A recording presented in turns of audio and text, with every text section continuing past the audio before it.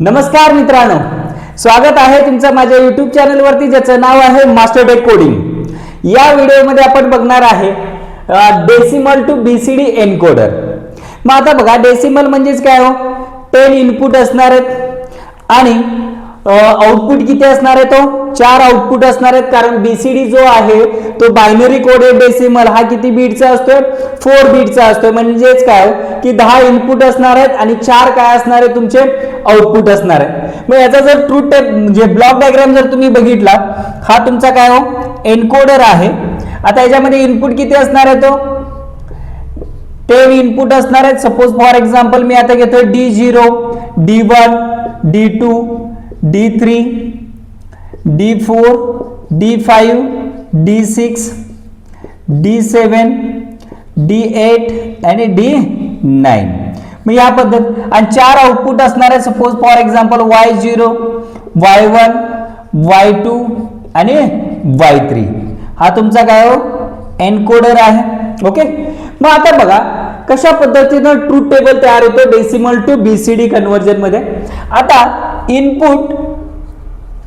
Input आपण काय काय देऊ शकतो, इनपुट आपण एक तर D0, D1, okay, D0, D1, D2, D3, D4, D5, D6, D7, D8 आणि D9।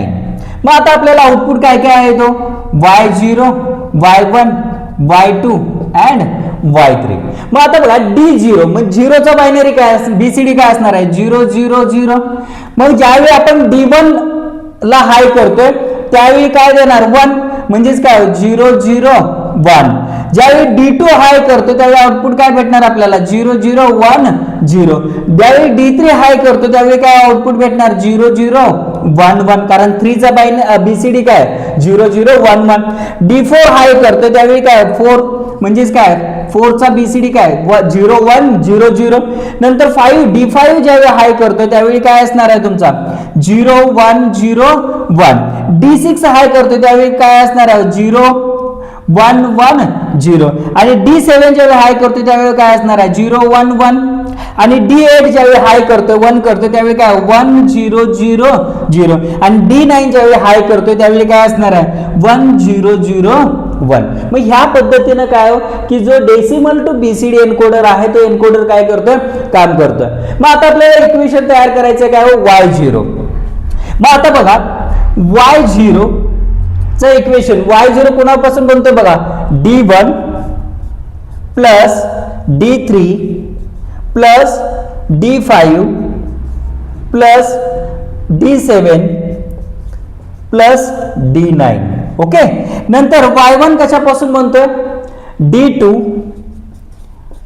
Plus D3 plus D6 plus D7। Okay, नंतर Y2 कशापासून बनतोय बघा D4, D5, D6 आणि D7। म्हणजेच काय D4, D5, D6 and D7। आणि Y3 कशापासून बनतोय बघा Y3 काय D8 आणि D9, D8 प्लस D9।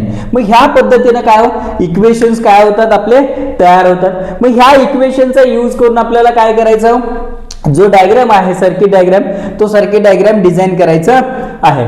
मग आता जर तुम्ही बघितला, हा सपोज फॉर एक्झाम्पल D0 आहे, D1 आहे, D2 आहे, D3 आहे, D4, D5, D6, okay, D6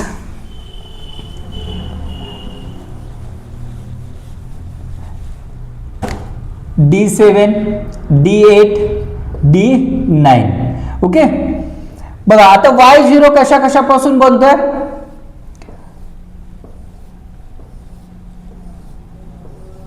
D8 D9।